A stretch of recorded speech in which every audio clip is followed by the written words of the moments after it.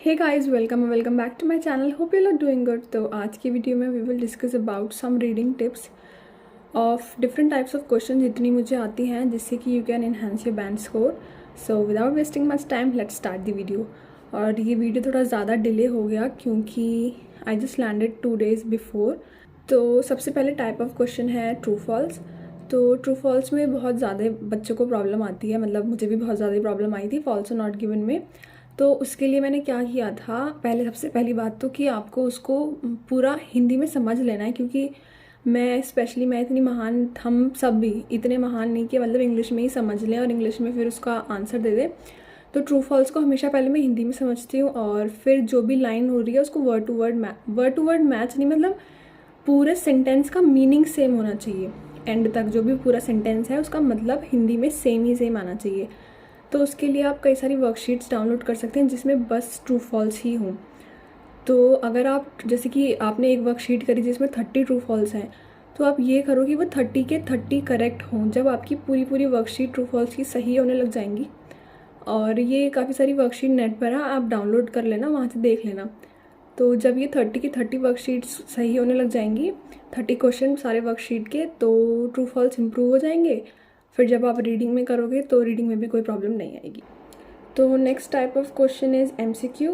और MCQ solve करने के लिए भी, अगर आपने इवन कीवर्ड भी अंडरलाइन करे हैं ना, तो रीडिंग करने के लिए आपको हिंदी में समझना इज़ मैंडेटरी। चाहे आपने कितने भी कीवर्ड्स अंडरलाइन करे हो, कुछ भी किया हो, लेकिन अगर जब तक आपको हिंदी मीनिंग नहीं पता चलेगा वो अच्छे से सॉल्व नहीं हो पाएगी। ये मैं खुद अपने पर्सनल एक्सपीरियंस से बता रही हूँ। तो MCQ के लिए आपको एलिमिनेशन स्ट्रैटेजी फॉलो करनी है, जैसे कि 4 ऑप्शन है उसमें। तो मतलब आपने जब हिंदी में पढ़ लोगे तो पता चल जाएगा। कीवर्ड आपको बस लोकेशन के लिए यूज़ करना है और सॉल्व करने के लिए आपको समझना है पूरे को। फिर जिसके बारे में नहीं है उसको पहले क्रॉस कर दो, फिर 2 ऑप्शन बचेंगे या 3 बचेंगे, या फिर 2 में से फाइंड करना थोड़ा ईजी होता है। इसलिए MCQ के लिए एलिमिनेशन स्ट्रैटेजी फॉलो करनी है। एलिमिनेशन स्ट्रैटेजी मतलब जो दे रखा है, जिसके बारे में कोई बात नहीं हुई है, कीवर्ड से पढ़ के, कीवर्ड से जो भी आपको मिला उसको पढ़ के इतना तो समझ आ जाएगा ना कि कहाँ पर क्या बात हो रही है। तो अगर जिसके बारे में बिल्कुल बात नहीं हो रही है उसको सबसे पहले एलिमिनेट करना है। तो अब next type of question is match headings वाले। तो इन क्वेश्चन की ये सबसे अच्छी ट्रिक है, मैं बताऊँ, ये पक्का गारंटेड यही होता है, और अगर ना हो तो पता नहीं, लेकिन होता है ऐसा। मतलब जितने भी क्वेश्चन मैंने करे हैं आज तक सब में होता है।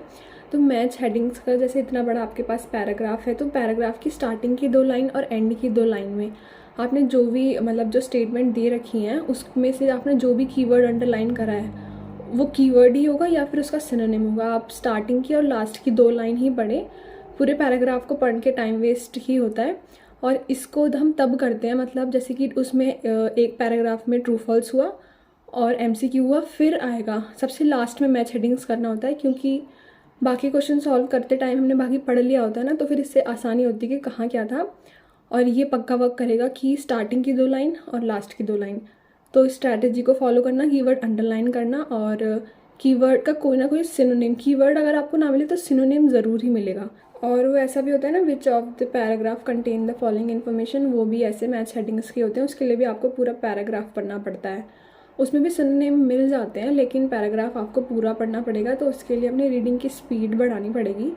रीडिंग की स्पीड बढ़ाने के लिए आप दिन में 2 रीडिंग्स तो डेली करेंगे तो थोड़ा यूज़ टू हो जाएंगे ना हम रीडिंग करने के, तो फिर हमें रीडिंग आसान लगेगी। नहीं तो फिर एक रीडिंग अगर एक दिन में करोगे तो बहुत डिफ़िकल्ट रहेगा। और सबसे पहला पैराग्राफ जो होता है वो ईजी होता है, तो उसको 20 मिनट ना देके पहले वाले को 10 मिनट दो। अगर 10 मिनट में हो जाए, फिर मतलब ऐसे करके आपको टाइम मैनेज करना है कि 10 मिनट में हो जाए तो वेल एंड गुड, नहीं तो 15 मिनट में आपको पहला वाला पैराग्राफ करना ही है, क्योंकि लास्ट वाला जो होता है वो थोड़ा डिफ़िकल्ट होता है।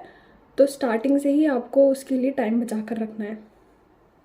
और एग्ज़ाम के टाइम, मतलब जिस टाइप का क्वेश्चन आपको आता है तो आप वो वाले क्वेश्चन पहले करिए, जैसे कि फिलअप्स तो कभी छोड़ने वाली चीज़ ही नहीं है। तो सबसे पहले अगर जिस भी पैराग्राफ में फिलअप है तो आप वो वाला पैराग्राफ पहले करो, क्योंकि लास्ट में मेरे साथ तो ऐसा होता है, मेरा कभी कंप्लीट ही नहीं होता है, मेरे 10 क्वेश्चन तक तो रह ही गए थे। तो इसलिए जो आपको आता है आप उस पर पहले कंसंट्रेट करो। भले ही पहला वाले पैराग्राफ इजी है, लेकिन अगर आपको उसके टाइप ऑफ क्वेश्चन नहीं आते उसमें टाइम वेस्ट मत करना।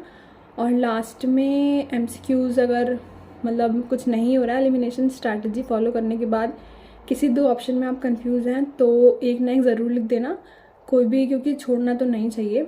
तो अभी तो इतनी टाइप ऑफ क्वेश्चन है जितने मुझे याद है, क्योंकि मैं भूल गई। तो अगर कुछ बचा होगा तो वो कमेंट सेक्शन में बता देना, तो मैं अगली वीडियो में उसको कवर कर लूँगी। और आज की वीडियो में बस इतना ही। और अगर वीडियो अच्छी लगी हो तो वीडियो को लाइक ज़रूर कर देना और चैनल को सब्सक्राइब भी कर देना, जिससे मेरी नई नई वीडियोज़ आपके पास आती रहे। Till then bye.